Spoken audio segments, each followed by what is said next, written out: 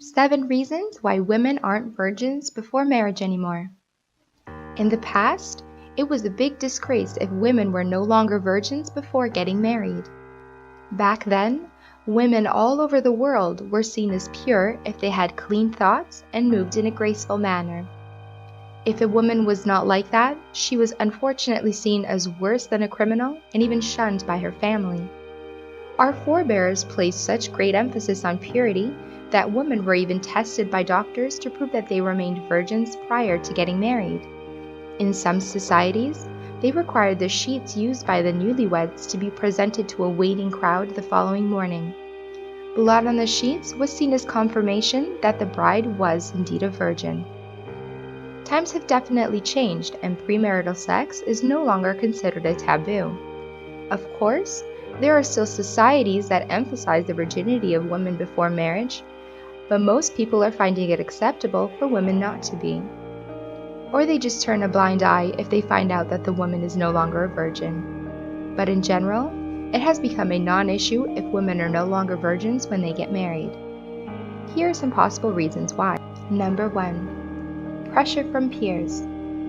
Once someone hits his or her teenage years, it becomes necessary to fit in. It is at this age when people want to be part of the cool crowd, and this yearning happens all throughout life.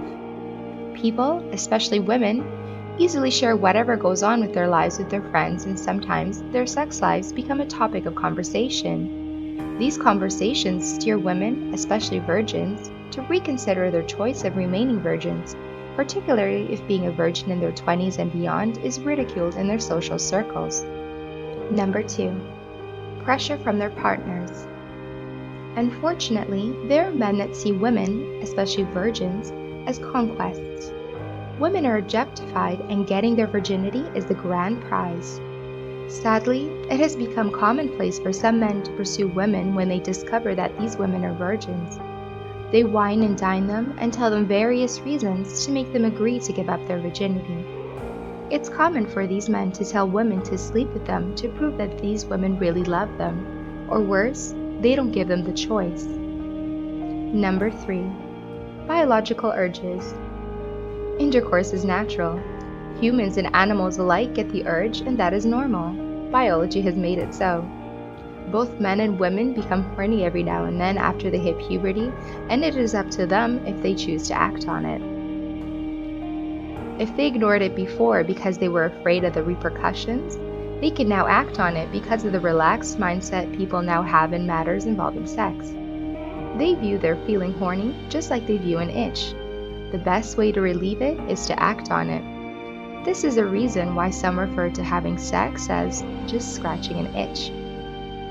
Number 4. Curiosity. People learn about sexual intercourse through different ways, whether through the birds and the bees talk with their family, through sex education in schools, or by accidentally stumbling upon it.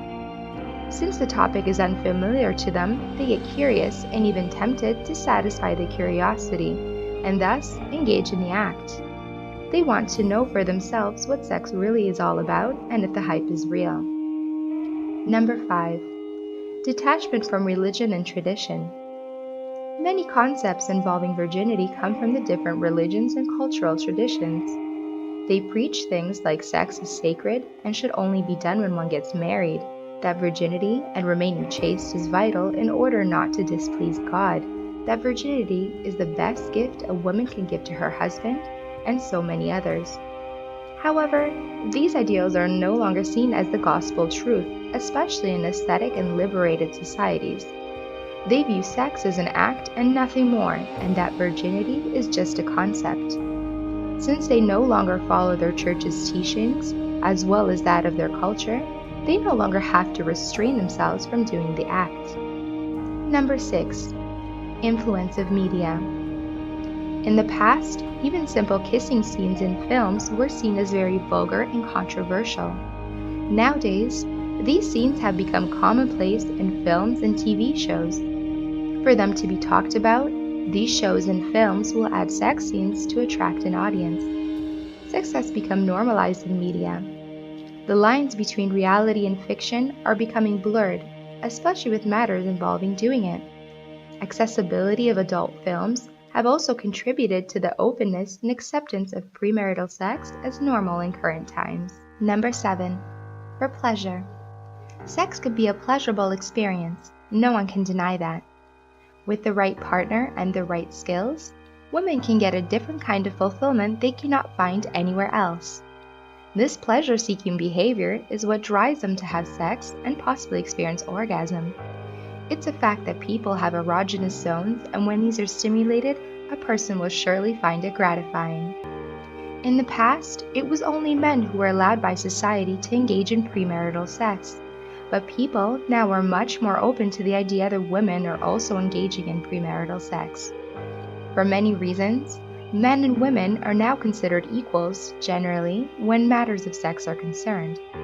Of course, there are still some apprehensions because women have been expected to be models of purity for so long. But people are now becoming more open to the idea that there's nothing really wrong if women take it upon themselves to pursue things that will fulfill their sexual desires, regardless of their marital status. As long as women, or anyone really, are not hurting one another, there's no harm in having sex as long as they are being responsible and aware of the possible consequences.